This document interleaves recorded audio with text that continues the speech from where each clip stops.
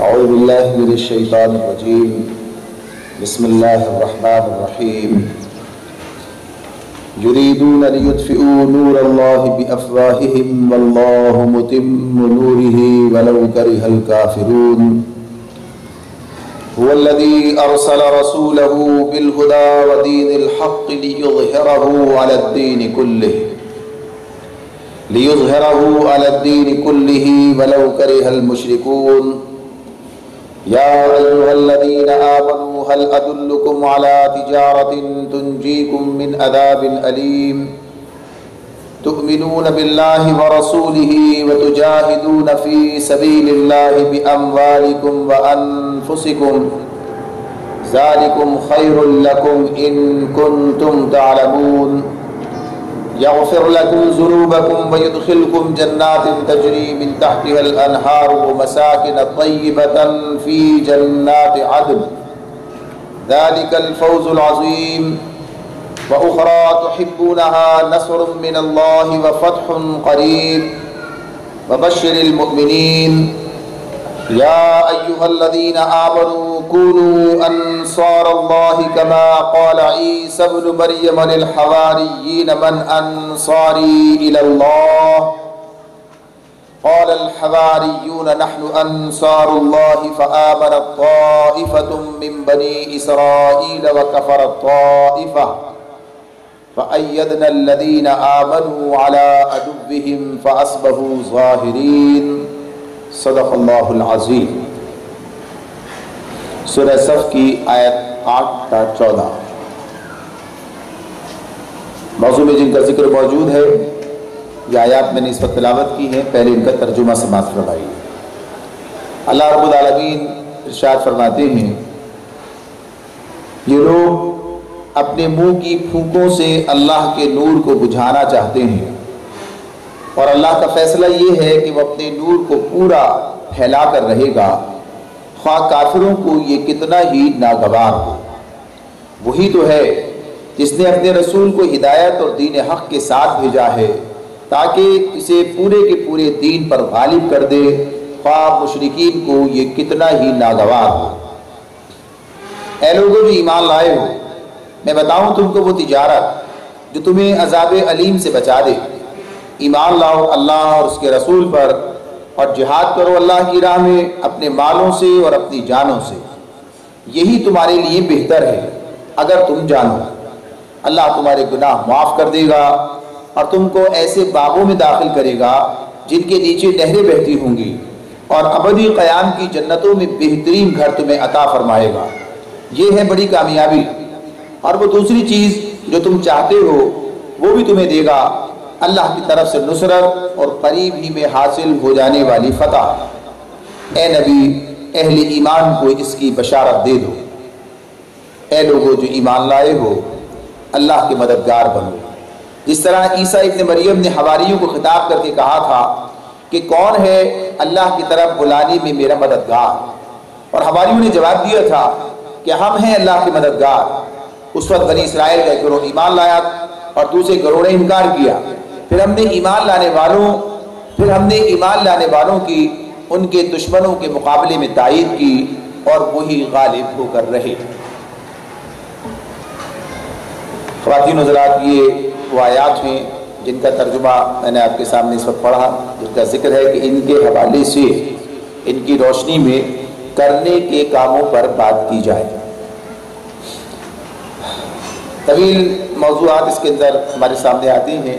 کوشش ہوگی کہ سب کا ہی کسی نہ کسی درجے میں ذکر ہو جائے، اور جو مجموعی پیغام ان آیات کے اندر ہمارے سامنے آتا ہے اسے ہم دہرا سکیں. یہ آیات اتنی معروف ہیں اقامت دین کا کام کرنے والوں کے درمیان کہ امید ہے کہ اکثر افراد کو یہ آیات زبانی یاد ہوں گی. یعنی دروس قرآن اس پر بہت مرتبہ آپ نے سنا ہوگا، دیا ہوگا بہت سے لوگوں نے. تو اس حوالے سے ایک یاد دہانی ہے جو اس میں ہمارے لیے موجود ہے کہ ہم اسے یاد کریں.